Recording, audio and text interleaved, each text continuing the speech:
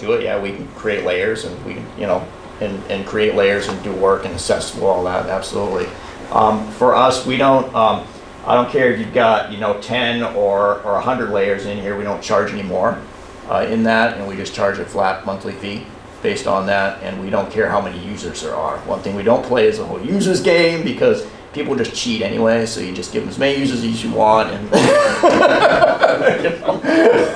Ray, you want to touch base on cost, setup, all the stuff, that you and Boyd talked about? I will. So we talked about kind of cost setup and everything on there, and so for the basically to get off the ground for the first year, including the hosting, which is our hosting is $100 a month, and that basically just keeps the lights on and makes sure everything's working all the time when they get in. But including that, I think we're at like 2,800 and something, right around there. And so it's pretty inexpensive to get off the ground. You know, you end up pushing it in. For that, it gets you all the the original layers you have now in there. So a lot of the stuff that Boyd's got in there, and a lot of stuff from the state. And then from there, that really allows you to be able to start and say, okay, where do you want to go next?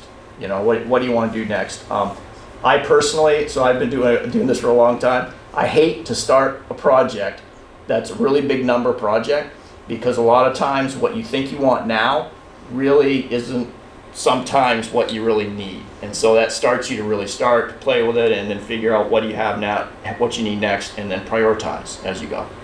And it's all about not throwing money away when you don't need to. What are the higher cost cities that you've seen where they have like multiple different features and layers and so on? Yeah. So forth? What's like the average once you get beyond that first year where you're kind of just playing around with it with a few features? So I mean, I work for some. So I mean, I have some clients down in Massachusetts and stuff like that, but they have like multiple staff in-house as well, and they can get.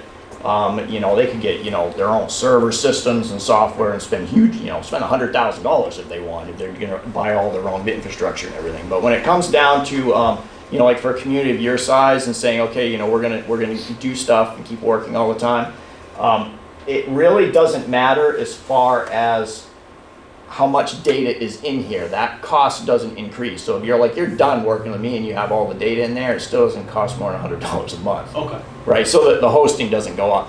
What it does is all of a sudden you say, Ray, we would like to have you walk the whole town and map every single telephone pole by yourself. Well, that's going to take me a long time, right? And I'm not going to do that anyways, because that would all be silly. But it's really a labor thing, right? So if you need labor done, then it becomes a labor effort, and we help with a labor effort at that. Okay. Which a lot of it seems like that's what Boyd is kind of already started some of it. Correct. Yeah. Sewer stuff. Yeah. There's Okay. we talked about what. Like one of the things we talked to Ginny about is she uses her assessor cards. Like so somebody will call, say, how many acres on this parcel. She'll thumb through her file and cabinet, and she has the assessor card. Well, the intent would be to get the base in there and then scan those cards and dump them as objects, so that anybody could click on their property, and the card that Ginny looks at that she shows everybody will come right up. Then the fire department, I know the police department were kind of interested in this, so it really boils down to we kind of walk first. Like I said, I've been doing the GIS mapping. It is, if I can do it, anybody can do it. It's pretty simple. So, I go in there like I've got all these camera work we're doing with the sewers. With the system that I'm running right now, which is sewer department's paying $2,600 a year to maintain this one. I can't load videos, but I take pictures. Everything I do, everything I have pictures of, I'll load right in there. So if I click on a manhole, I've got pictures, I've got stats as far as what's coming into the manhole, so I've got all that data. So That's awesome. yeah, so and the idea is it's never finished, right? It's a constant working document that you're just constantly upgrading. Yeah, exactly. So I just clicked on, so when I was on the map over here, just showing you that, I was on the map, I went to the bottom of this catch basin right here, and this was a document, I just see if Jeff uploaded, Jeff had uploaded something, this was an old document, an old inspection report. So instead of digitizing all the stuff, he just said, okay, let's scan all this stuff, put it in. I didn't have to do anything. We just had, I spent maybe a couple hours, had one of my guys make some links, And then after that, I never know what they have in here because I give them an access to a file and they just dump stuff in there and it links up and, you know, the magic all happens and then, you know, we don't have to do anything. It's really simple to add that stuff too. So is there mapping that the assessing office does now that costs money that it wouldn't have to do anymore because? What she does now, she gets digital, the aerial photos every year, and we budget for that. And whether or not this is gonna replace that, I don't know. I guess I'd have to dig into that a little It'd further be myself. interesting to see what the difference is between them. But we have an ongoing revenue Like Google source coming in Map, to but- pay for this, and that's the fees for permits and stuff that go into this fund to try to set that up. If, And, yeah, so she does an aerial flight, and that, assuming to check I think that's a differences in the lots. $4,400 cost every year that we, Yeah, I pay. mean, I don't know, how often is the aerial imagery updated? So I think that was a state flight you guys probably chipped in on. Okay. So that probably, I think that 4,400 comes up like every like 5 years that they actually That could fly be. it. Because every like 5 years the state, and it's actually a good program, so that's kind of separate. What the state will do, the state will, they pool their resources and so they get that cost down a lot. And then what happens is then all the communities can buy in if they want to. So I think you guys are one of them that bought up. And then from there, you end up being able to get, instead of spending like, you know, $15,000 to fly it, you end up spending like $4,000. So what does she get from that? I don't understand what she gets from that aerial mapping that So- you can't get from a map like yours or a Google map or. So actually, yeah, so I'll explain why. So with the imagery that you see in these different things that come in right here, actually this is a great example. So see this base map right here? This is imagery, Esri, okay? So let me zoom in here a little bit. All right, I think they just updated this. Usually it's not. Let me go imagery 2016 Scout Egan.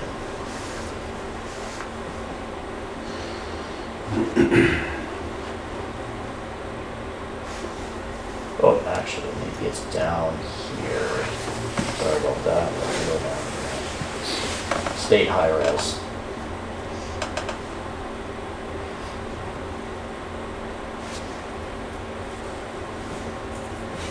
Alright, so let me turn that. I mean, I don't want to get you too far out of No, your no, zone that's here, fine. I'm just but actually, it looks like somebody flew over and took a picture there, like yeah, they did. aerial mapping. So this is the same right now, but see, so what happens in here, if I was just to go to like Google or something like that, Google takes the imagery that others fly. So basically what will happen is if you guys buy up and you say, okay, I want better imagery, then you get this nice high resolution imagery, then later on Google will pull it in. But if you don't, then Google won't pull it in. So the source of that ends up all coming from some other public place that originally bought that imagery. So if like for Skowhegan, for instance, if you go too far out, you go to one of the northern towns, the pixelation is terrible. You couldn't see the cars, you couldn't see anything on there. But because they bought up, originally, when I was trying to toggle on to see, originally when you toggle on here, only their imagery would come in. But now eventually Esri and the other ones have picked it up, and so now all the base maps have that nice imagery. But so it's kind of a separate thing, but you know, by buying up on the imagery, it does allow you to have better resolution, so you can see much clearer, and it helps for things like, so for instance, like if Boyd is trying to do some work and he's trying to see some imagery or trying to see some infrastructure on the ground, he might be able to see that better, but if it's really pixelated, you couldn't really see what's on there. But it's all return on investment. You know, if you're going to do that every year, it wouldn't be worth it. But if you're doing, you know, every 5 years, you put in the money, then, you know, $1,000 a year basically, then it becomes worth it.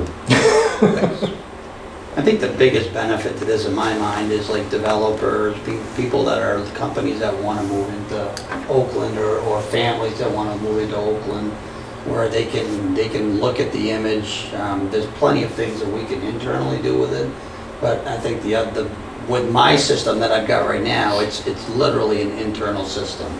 So the public really wouldn't have access to it. With this right here, if there was a developer that was looking at several towns and he said, well, I want to know where the sewer and water run in Oakland because I'm deciding between Oakland and this other town.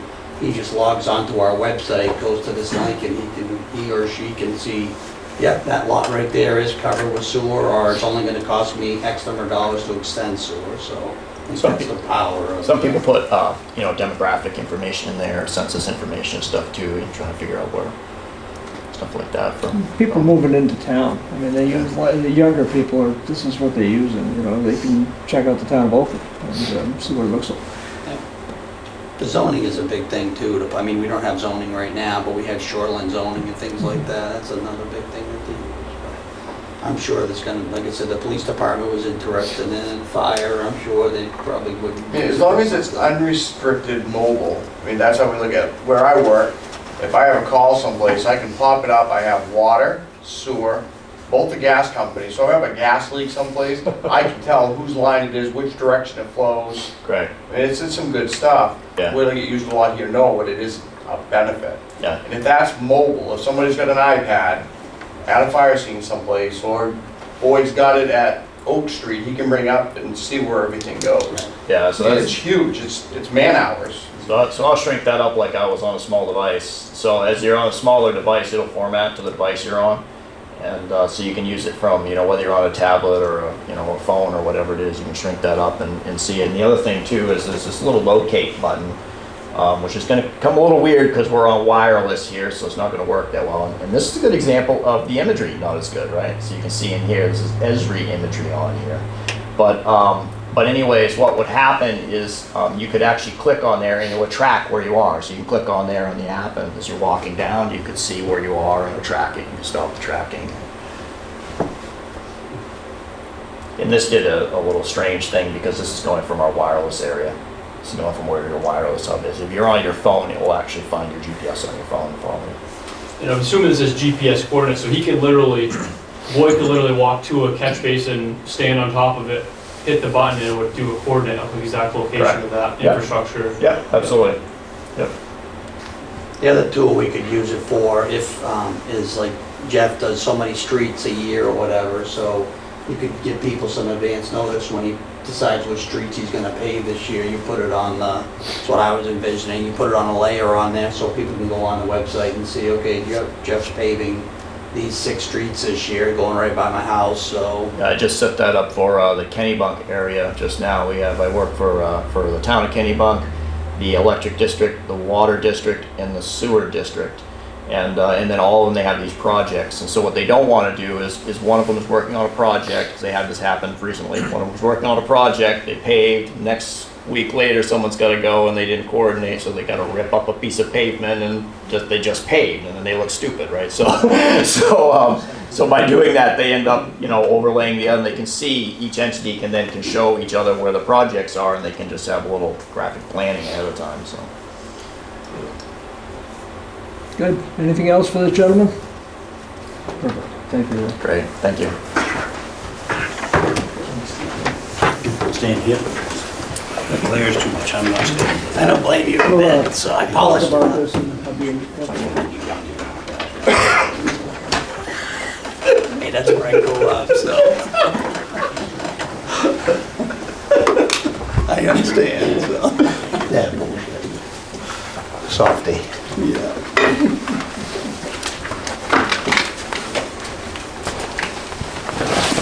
Travel all the way from Portland, didn't you? I did, I was actually Kennybunk. Safe travels back. I will, thank you. So you need a motion on that? Well, unless you want to discuss it later, or we can, depends on where the council is on it. Fair enough, if you need more I think details, that's cool, that we ought to get started now. I don't disagree with you. You have a price for, Well, we're looking at about $2,800 to start with. And we've got $44,000 in that account that we've been preparing for years for this. And, hold on just a second, Rick. I may get you rolling quicker than you realize.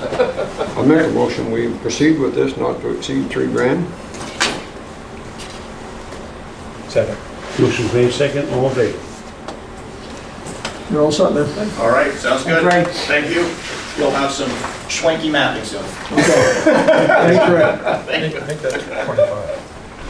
I think it's 25. 25. I didn't want him to have to come back for $100. Bargain. Thanks, Boyd. Thanks for your time on this. I think CMP does that to all their pole lines. Years ago, they did Everybody's that. doing it now. It's Yeah. so convenient. It's a tool, and you know that we certainly can use on our level. Things are changing for us, and we need the organization, and the paperwork is antiquated. AJ was pretty excited about this because he's dealing with what, Jan's familiar. He's dealing with really old maps that don't really line up and everything, and so I think that's not really in this 3,000, but whatever, but I think that's gonna come in really handy for AJ and Jan down the road, so. All good stuff. Do we want to skip that and go right to number 4? To accept the donation for music, is that why? No, I don't think anybody's in here for that, but we can. No. Yeah. Let's go to item number 3, comprehensive plan discussion. So you've had the plan now for, I think, about a month, and I'm sure that everybody's done their due diligence and have read that thing from cover to cover, and I know Dana has. I've got all kinds of marks in here, so we're gonna go and take his information.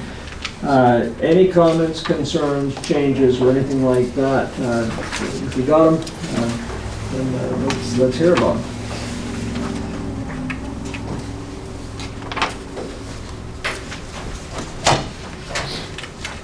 I already gave him my changes. Oh, And I think And they weren't just- changes, they're just comments. Yeah, Comments, yeah. and it was some data, you know, some way it was written in a couple places.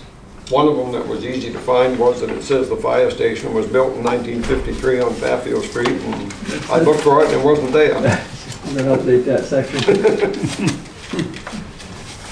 Just a general comment to start, obviously there's a wealth of information here. The committee, the people who are involved did a great job pulling all this together. It'll be a good resource for us all to look at historical facts and things of that kind. There's a lot of recommended strategies. There's a lot of,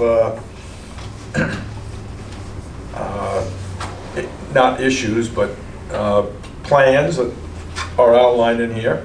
If we can reach all those